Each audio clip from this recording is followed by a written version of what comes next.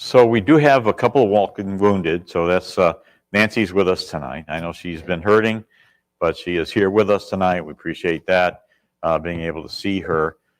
We also have travelers. Ed and Jerry are traveling today, and so let's remember them while they are away from us. Of course, we have a large number of those that are in our those that are continually in our prayers because of illness. Okay, if you would, let's jump right in.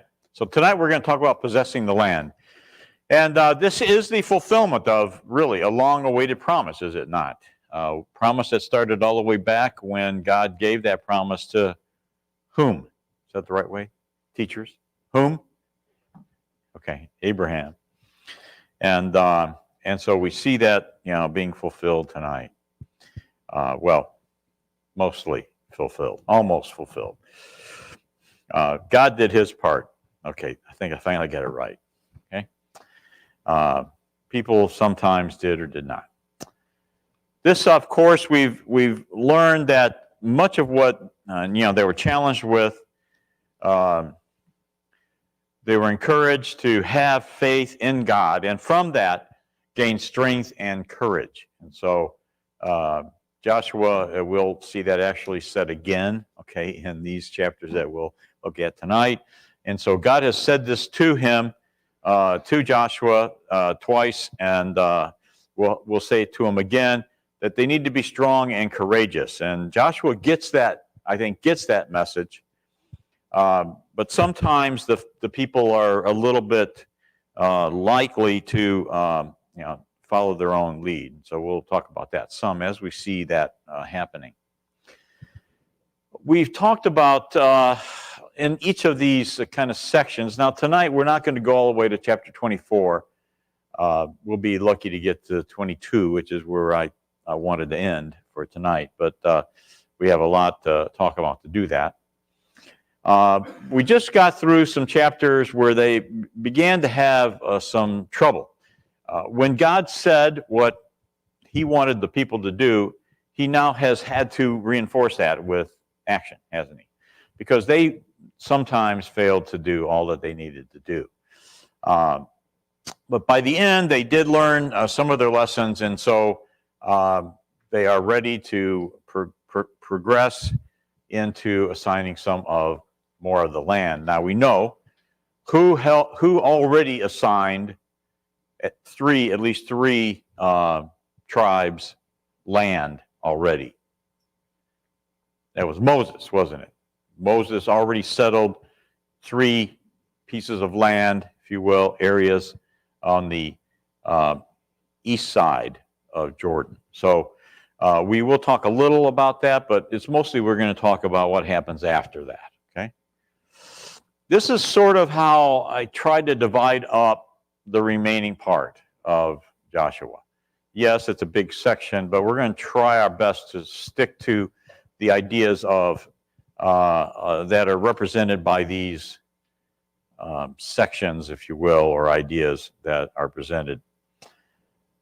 They're going to have. We see Joshua's approach to dealing with taking the land, and we've looked at this already, okay, a couple of weeks ago, but he's going to come into the land in a central area. That's going to be his first thrust, right?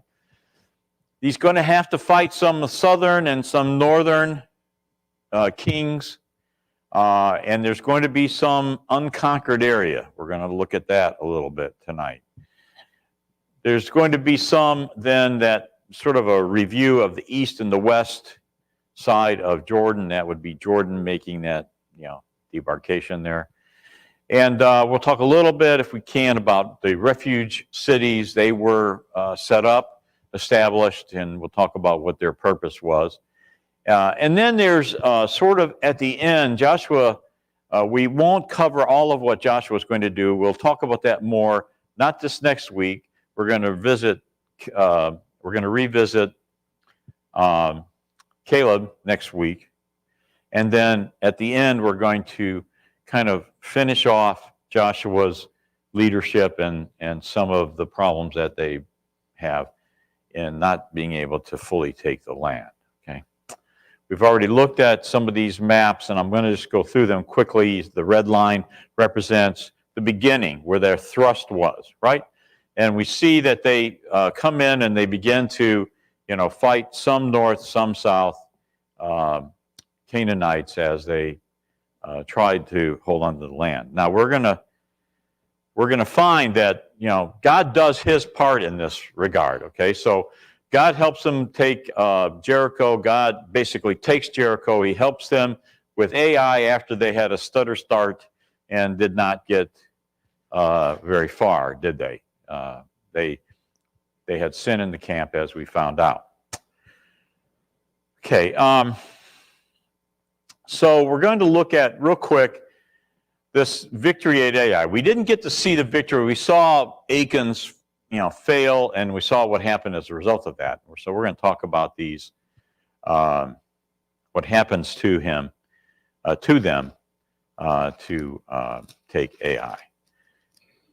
So there were some alliances in the area. The kings, it appears that they were also listening. We know Rahab was listening, and Rahab believed God was able to conquer them, didn't she? And so she made the arrangements with the spies to be able to take Jericho. But the same thing is true, I think, of other kings and other peoples in the land. Okay, had the same issue that she did. Sorry. A little bit ahead of myself there. So perhaps these kings were encouraged by this initial defeat of Israel at Ai again. And they thought, they're not invincible. Right? I mean, they were defeated, were they not, first at Ai? So they had this stutter start. And so lest we think that the nations were just sort of ignoring them, if you will, we're going to find, I think, that caused them some trouble. By causing themselves trouble, they now are going to cause their effort trouble. So it's going to awaken some of the kings. So we had, did I already? I'm getting finger happy here. So you see the Hittites, Amorites, Canaanites, Perizzites, Hivites, and the Jebusites heard what had happened, and so it kind of gave them a little bit of maybe, power in their own minds. They're not invincible. Okay? So in resisting Israel, though, they will learn that they were resisting not an army, but God. So God's out there fighting for them, and so they're still going to find that, even though they rebel, they're rebelling not against Israel, but against God. And, we're going to see the result of that. Okay.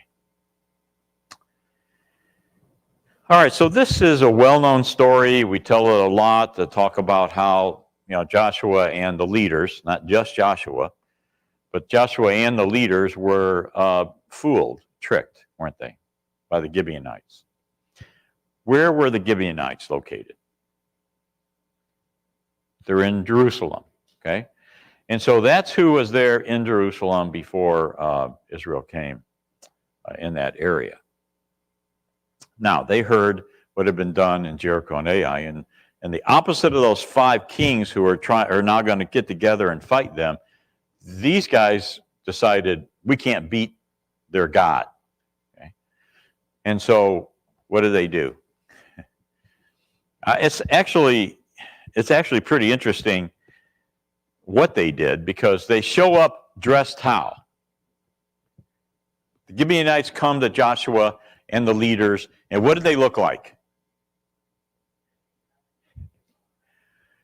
Yeah, their clothes are falling apart. The skins that they used to carry wine and water were dried and split.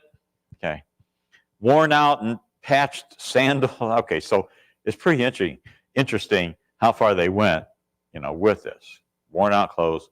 All their provisions were dry and crumbly. Surely they had traveled thousands of miles, or at least hundreds of miles in the desert to get to them. And I'm surprised that some of them didn't even go so far as to crawl on their hands and knees coming up to Joshua. Now, all right, so it says deception, and that's exactly what it was. It was a deception. They knew that they could not withstand the power of God, and so instead of fighting, they decided, hey, let's cut a deal with Israel. And in a way, they played on their sympathies, didn't they? That is a ploy. We all have, at some point, especially when we're younger, played on the sympathies of someone, mommy and daddy, and others, okay, when there's some who still use that today to get their way. So they did that, all right?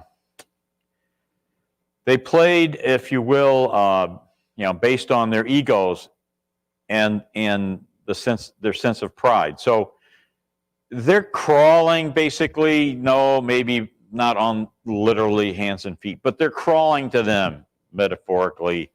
And what would that make you feel like? Wow, this nation here, we're not even going to have to fight these guys, They're coming here ready to give up. And we fall into that sometimes, don't we? We think, someone kind of flatters us, if you will. And there's a lot of ways to flatter, is there not? This was just one way, to show, wow, look how mighty you are. And look, we're just this little lowly country. And so the primary mistake, though, that Joshua makes is not just allowing them to play on his sympathies. What does he not do? Doesn't ask God anything, does he? He doesn't ask God. He sees, obviously, I can see with my own two eyes, these people are just harmless to me, okay? And so he makes that mistake, and he leans on his own wisdom. Proverbs is full of warnings, okay, about this. This is just a couple of verses about that. Trust in the Lord with all your heart and do not lean on your own understanding. In all your ways acknowledge him, and he will make your paths straight. Do not be wise in your own eyes. Fear the Lord and turn away from evil. Proverbs 3, verses 5 to 7. Like I said, there's a long list of verses like that, warning us about paying attention to our own selves and not to him. Kind of continuing, they said, we are your servants. We want to be, we're subservient to you. You're so much greater than us. And it appears, anyway, that Joshua kind of lapped it up. They say that because we come from a distant country, we're your servants, because of the name of the Lord your God, we came here, okay?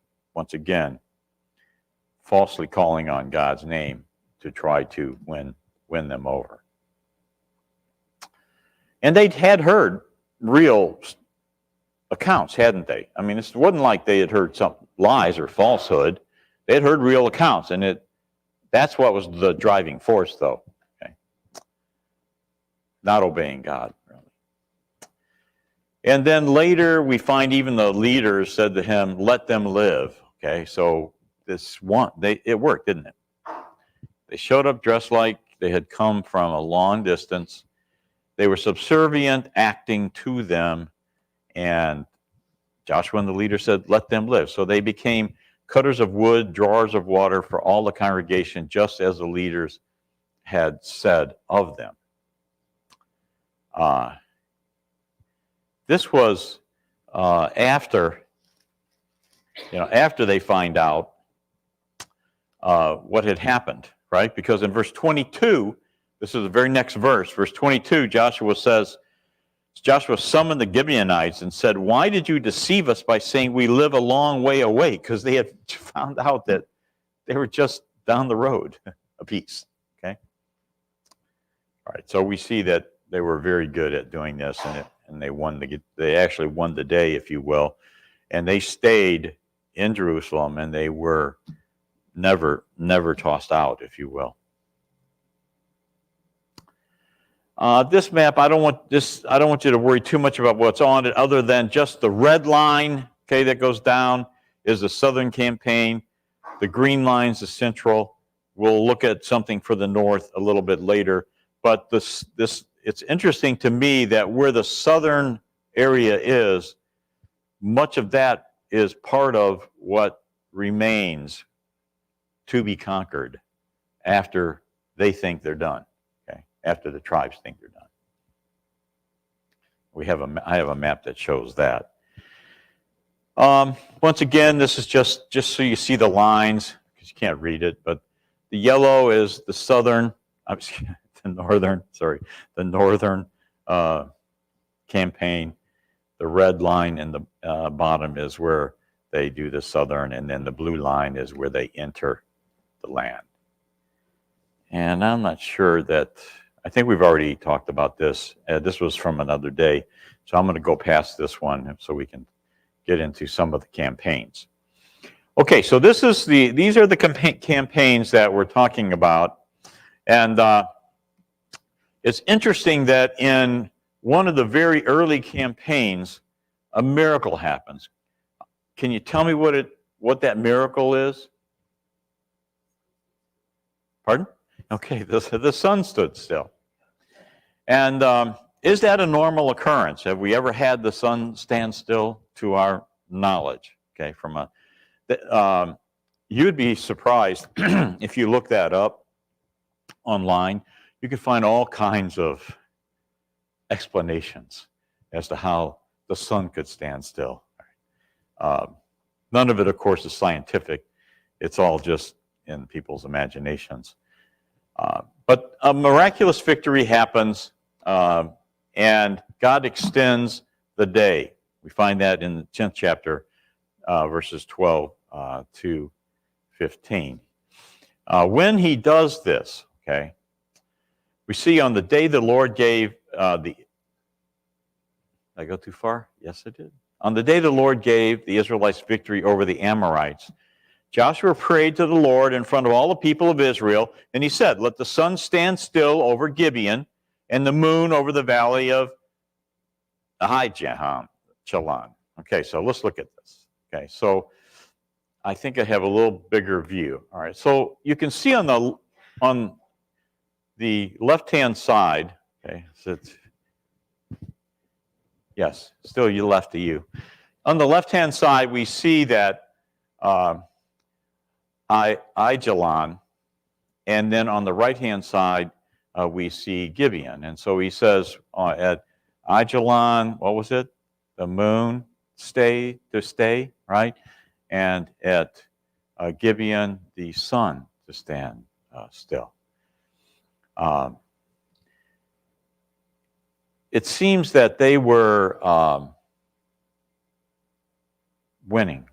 Let's put it that way, okay? And they wanted more time. So now, this time, Joshua asks God. Verse 11, though, 10:11 tells us they were fleeing, right? The enemy was fleeing before Israel on the road down from Beth Horon to Azekah. The Lord hurled large hailstones down on them from the sky, and more of them died from the hailstones than were killed by the swords of the Israelites. And on the day the Lord gave at the Amorites, Joshua asked for this sun and moon to be stilled, if you will, to allow them to do it. It's in a very real way, God was winning the battle for them, wasn't he? And he fought on their side, and this is a way that he does defeat enemies, rain down large stones, hailstones, on the enemy.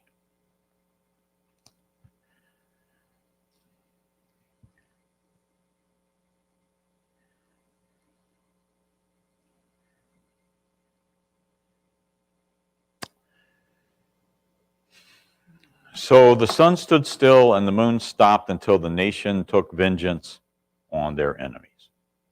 Is this not written in the book of Jashar? Has anyone read that book?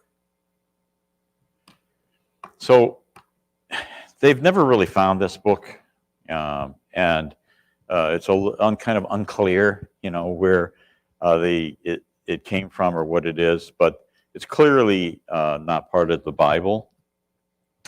Yet, if it did exist, there's no reason that there's still no reason why it might need to be added to the Bible.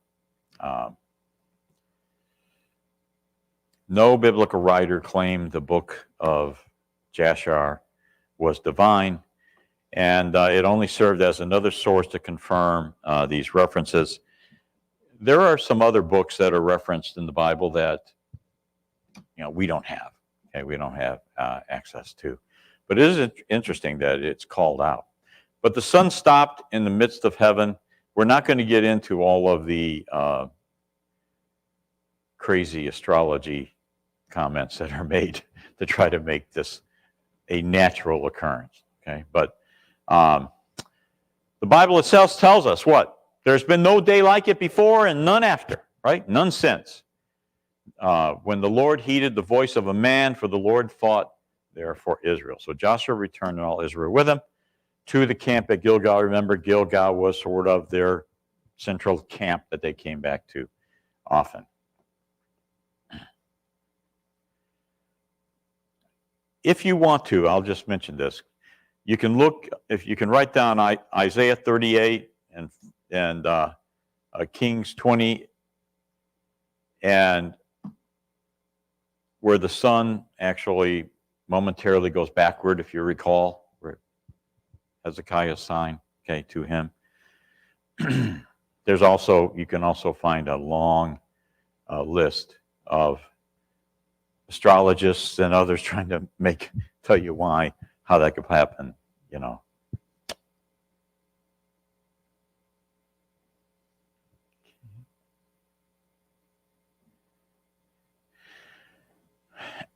So the last part of that chapter, the battle is completed.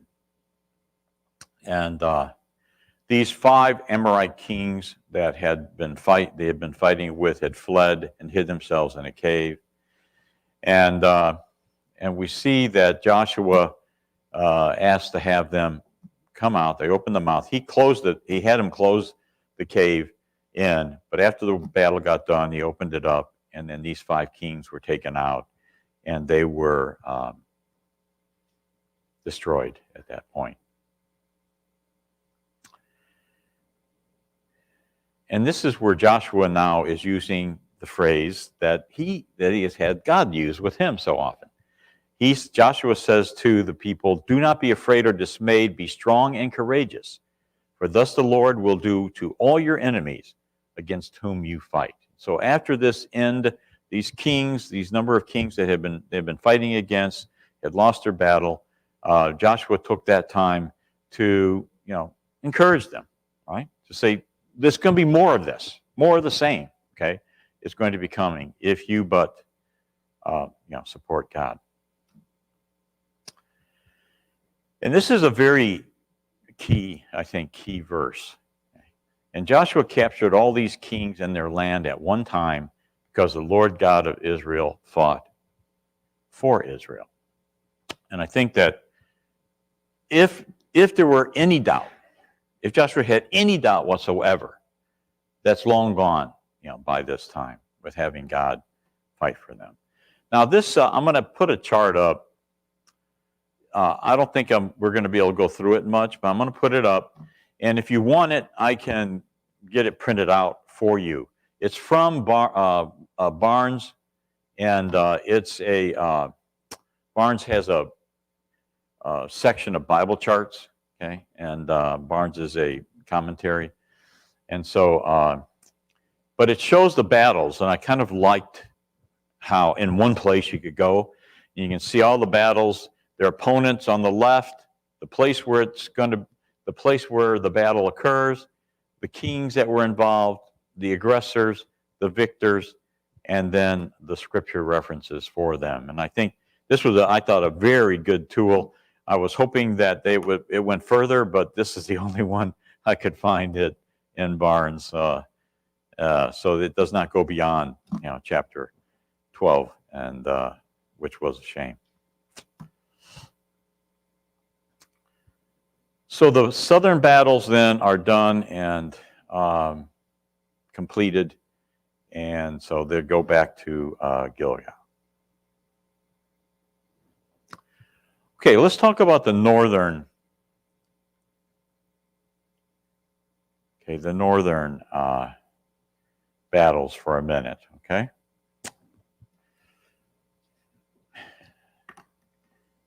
We picked that up. We picked this northern section up in chapter 11. Okay. And the northern kings are defeated, similar manner, okay, as those that were in the south that they had defeated. It says Joshua took the whole land according to all that the Lord had spoken to Moses. We're going to see a map, and I really did like this map that I found, that it shows what Moses had offered. Okay, we'll look at that in a little bit later in the slides, and what the people carved out, okay, and what they won. This doesn't exactly totally coincide. But Joshua gave this land then for an inheritance to Israel according to their tribal allotments, and you know that when they start to dividing this up, there's going to be a lot of verses that talk about how the land was assigned to the tribes. But after they defeated this in the northern section, it says, and the land had rest from war. That the north and south had been taken. Well, okay, that's what I think he thought. And but there's still some that remain. And I had forgotten this. I don't know if you had studied this before, but I had actually forgotten that there was still land to be taken. Okay, so 13 and verse 1, this is the Lord talking now to Joshua. He says, now Joshua was old and advanced in years, and the Lord said to him, you are old and advanced in years. That's how we know he was. And there remains yet very much land to possess. Okay, so some of the battles I think that they were talking about were the battles that others brought to them, if you will.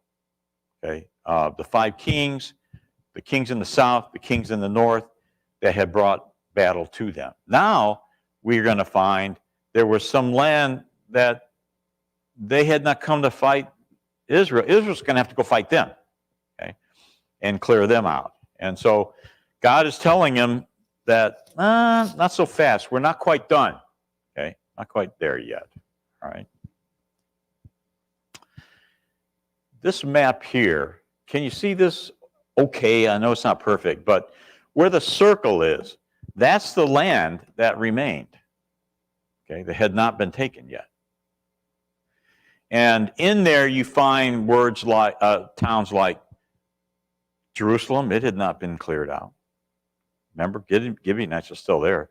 Bethlehem, Gaza, Masada. That's a famous city. Okay, there. Hebron. So it says all the regions of the Philistines and Gershurites and the Shihor River on the east of Egypt. Okay, so we're looking on this side, east side of Egypt, to the territory of Ekron on the north. Still remained, okay? Had not been taken yet. Now, this is God talking here. And look at 13:6, and I think I have okay. All the inhabitants of the hill country from Lebanon, now remember where Lebanon is, that's up in the top left, right? To Misrephoth Maim, even all the Sidonians, which is up in that area. I myself will drive them out. So they're not They're not going to go up there and take them, fight them, etc. God says, I'm going to drive them out before the children of Israel. Only go ahead and still divide it up by lot, right, to the tribes. So still assign one of the tribes to take it as their land, but I'm going to go and clear it out. Now, how's he going to do that? You remember how, okay, I have disappointed myself. Hang on. All right, so I got a map in the way, so we'll come back, all right, to that. Led up to that, and couldn't bring it home. So this is an interesting map, okay? I did do some work on this.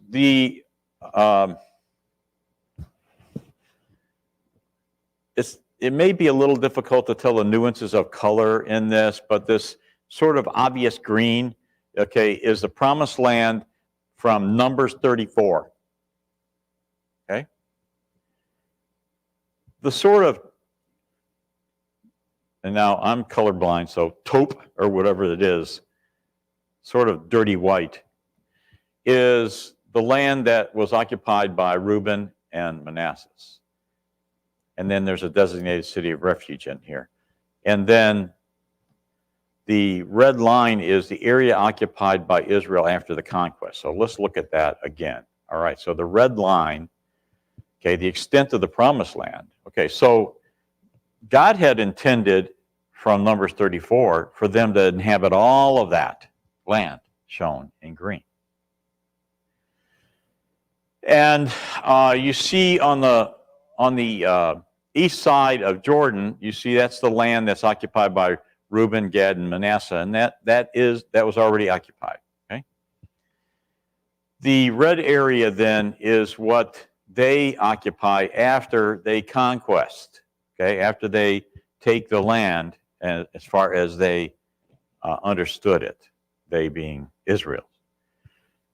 I don't know. It could be that they were sort of losing their appetite for battle, or didn't have it fixed in their mind exactly where all the areas were at. You know, I mean, they had cartographers, but, you know, they were not like ours today with GPS and satellites and everything. Okay. But my guess is they pulled back. That's my guess. And so that's how this map thing comes together. I really liked this map. I had not known some of this area so clearly. Okay. Now,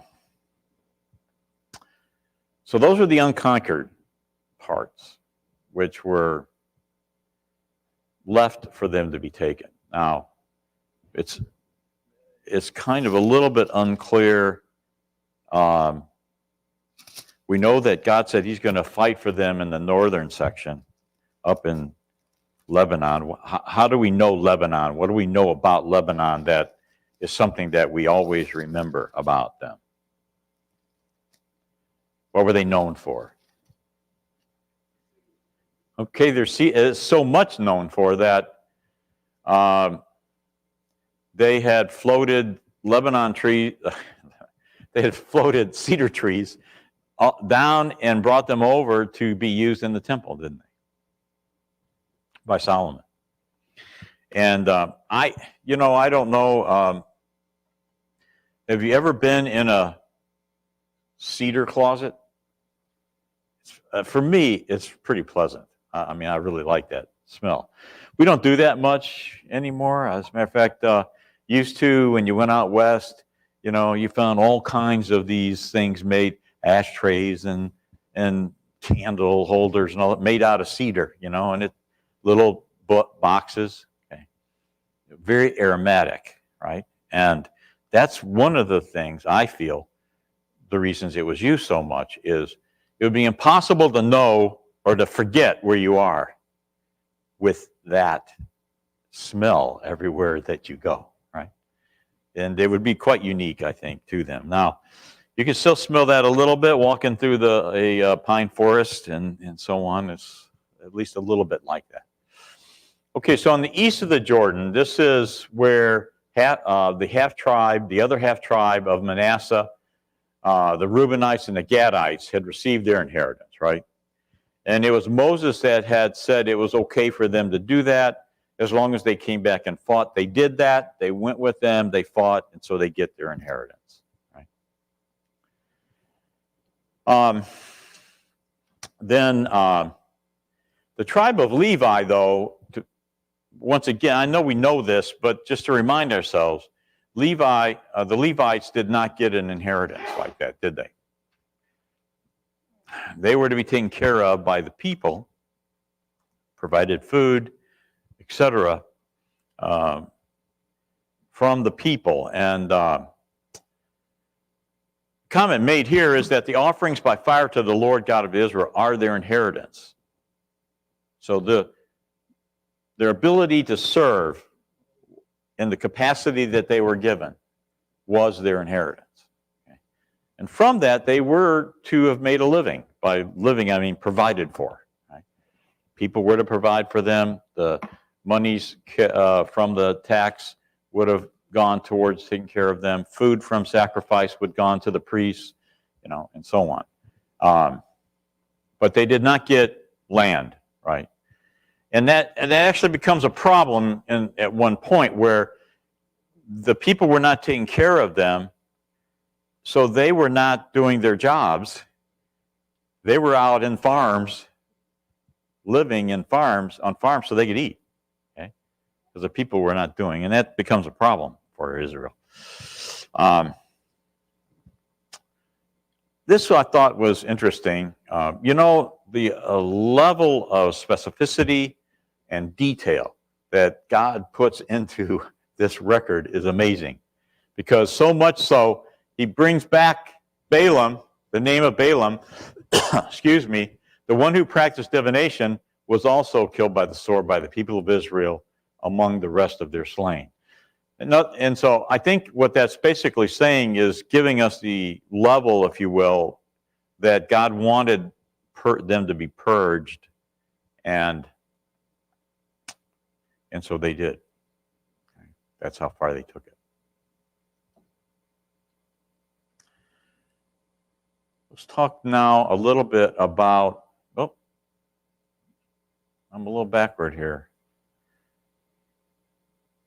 Best laid plans of mice and men, is that how that goes? Okay, this is actually talking about west of Jordan, even though I had it blanked out. We picked that up in verse 14. The land allotment here is for Judah, Ephraim, and Manasseh. Okay, and in the 12th verse of chapter 15 says the west boundary was the Great Sea. So they meant for Judah to go how far? Remember where the red line was? Didn't it stop a little bit short of the Great Sea? I think it did, didn't it? Okay, but that was supposed to be their boundary. This is the boundary around the people of Judah according to their clans. 1563, the Jebusites, the inhabitants of Jerusalem, the people of Judah could not drive out. So the Jebusites dwell with the people of Judah at Jerusalem to this day. Their trickery was successful, wasn't it? Quite so, I think.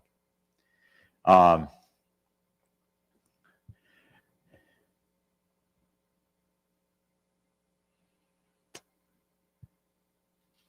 let you pick up on that. It is an interesting read, but I'm going to go on to Ephraim, because we're going to start seeing some problems here. We already see that they didn't get rid of all the people in that area. Ephraim now says they did not drive out the Canaanites who dwelt in Gezer. So their failure to completely drive out the Canaanites became sort of typical, not atypical, but typical of many of the tribes. Okay? Even within the promised land, there remained important work to be done and battles to be fought. Okay?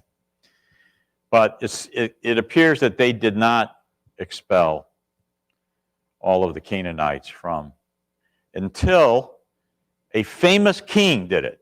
Remember what king that was? A famous king. King Solomon's day. Okay? They were able to take that. And who did it? Did Solomon do it? No. The king of Egypt did it because he was doing it to make it a present for his daughter, who became Solomon's queen, right? See how all this stuff turns, and you start wiggling around with God, what God wants done, and you see what happens. And then I'm going to talk about, we have 2 more minutes, 3? Okay, let's talk about Manasseh. Okay, so they could not drive out the inhabitants of all of their cities. Okay, their failure was sort of after the same pattern, if you will, as the failure. We're looking in chapter 16. Okay, the failure of the tribe of Ephraim. Okay, very similar. It shouldn't be a surprise to them. The Canaanites were determined to stay and dwell in the land. When God was doing all the fighting for them, they were more than willing to let that happen. It appears that when they had to get more involved, that it was not quite as successful, and they did not quite have that push to get them out. We might think about it like this. They probably did not have a complete determination from Israel, right? I mean, they were satisfied instead to do what with the Canaanites? In general, what did they do? Made them slaves, right? Made them workers, okay? Forced labor is the word, I think, would be a better way to use that word. Forced labor instead of driving them out. They had the power to remove them if they were willing to be God's instrument in doing so. That's where the rub started, right? They chose instead to tolerate their wickedness because they did not stop practicing their wickedness just because they were allowed by this generous group to let them stay. So they sowed the seeds, if you will. Israel sowed the seeds of their own destruction as far back as when the days were they were first taking the land. They sowed the seeds of their future destruction by not driving out all of them. There's some remaining land. It says the whole congregation came together at Shiloh, brought the tent of meeting there. Okay, the land laid subdued before them, but we're talking about the land as had been distributed by lot to everyone, all the tribes. But there remained among the people of Israel 7 tribes whose inheritance had not been apportioned yet. Okay, now we're not going to be able to get that handled all tonight. I'm going to tack this in on the back end, not this coming week, 2 weeks from today. Okay, we'll finish off this, but I'm going to show you one chart, I think. So these are the tribes. They do not have land yet. Okay, and so we'll talk about how that gets done, how the allotment continues to be distributed, and I think it's very interesting. These are not now Benjamin's small, but some of these are not small tribes. Okay, so I'll stop here and we'll pick up here. Got a little bit more to finish this off because I want to talk. We have to talk a little bit about cities of refuge, and then get into the final process of Joshua's leadership because he's going to pass away. Okay, thank you.